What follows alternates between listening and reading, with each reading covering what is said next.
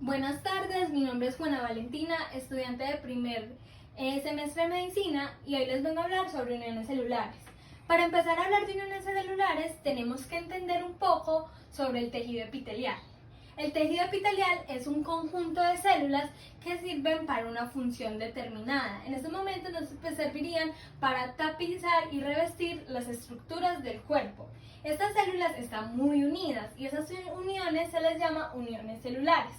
Estas se pueden clasificar por su estructura. Entonces, vamos a hablar de zónula, fascia y mácula. La zónula se puede asemejar a un cinturón que nos rodea toda la célula. La fascia solo nos va a rodear una cara de la célula y las máculas son puntos que se asemejan a botones en la célula. Entonces, cuando más adelante hablemos de uniones celulares, vamos a hacer semejanza que zónula es como un cinturón y se va a asemejar a un velcro. Que la fascia va a ser solo una cara y las máculas nos va a ayudar a conectar las células con las proteínas transmembranales. Bueno, en estos momentos vamos a hablar de la clasificación a nivel funcional. Tenemos las uniones ocluyentes, uniones adherentes y uniones comunicantes. Cabe recordar que todas estas uniones tienen unas proteínas transmembranales, citoplasmáticas y del citoesqueleto. La citoplasmática es un puente entre las proteínas transmembranales y las del citoesqueleto. Antes de explicar como cada una de estas, voy a hablar sobre las moléculas de adhesión a la célula, que son las caderinas, que me unen célula con célula, las integrinas, que me unen célula con matriz celular, y las selectinas, que me unen la célula con las proteínas.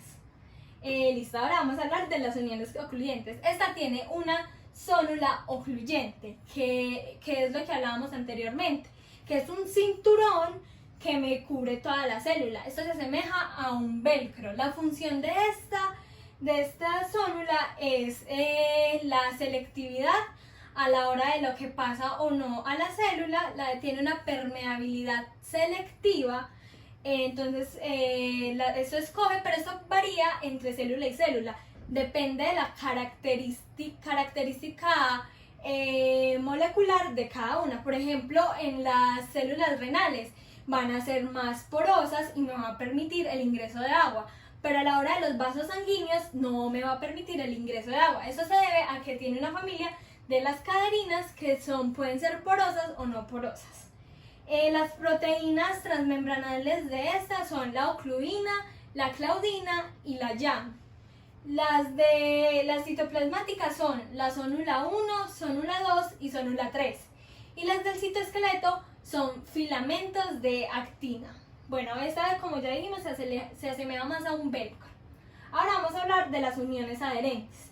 Las uniones adherentes tienen zónula adherente, fascia adherente y mácula adherente. La función de esta es dar un sostén a la célula. Esto es más fuerte, asemejémoslo como costuras dentro de la célula que me dan como una estructura más definida de esta. Entonces hablemos de la zónula adherente. Sus proteínas transmembranales son la caderina E, que se activa con calcio.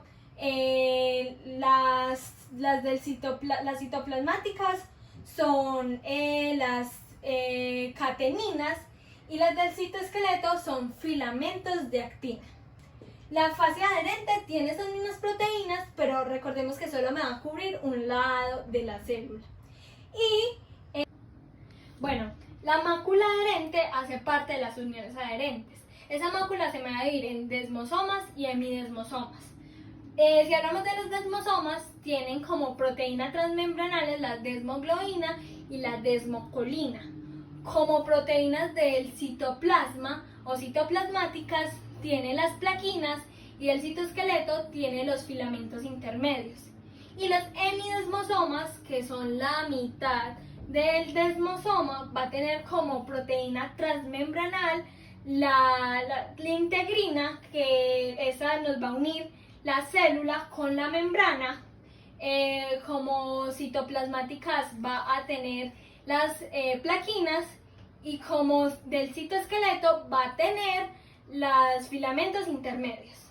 Cuando hablamos de contacto focal, el contacto focal nos va a reforzar la unión entre las hemidesmosomas a la membrana, porque cumplen su misma función, porque tiene como proteína transmembranal las integrinas, pero el citoplasma va a tener las talinas y las vinculinas, y del citoesqueleto va a tener filamentos de actina. Entonces, básicamente las diferencias entre hemidesmosoma y contacto focal son las proteínas citoplasmáticas y las proteínas del citoesqueleto.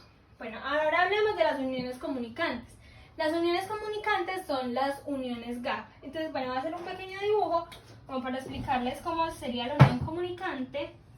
Ponemos un tubo y voy a hacer unas proteínas aquí. Son uniones, ¿cierto? Entonces a estos se llaman conexinas. Cuando se me unen 6 conexinas, me van a formar algo llamado membrana o conexón.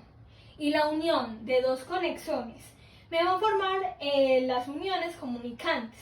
Entonces, esa unión de 2 conexones son el total de 12 conexinas. Bueno, por último, recordemos que entre las pequeñas uniones entre célula y célula, al microscopio de luz se van a ver como barras terminales. O sea, las uniones ocluyentes, las uniones adherentes y las uniones comunicantes al microscopio de luz se me van a ver como una barra terminal.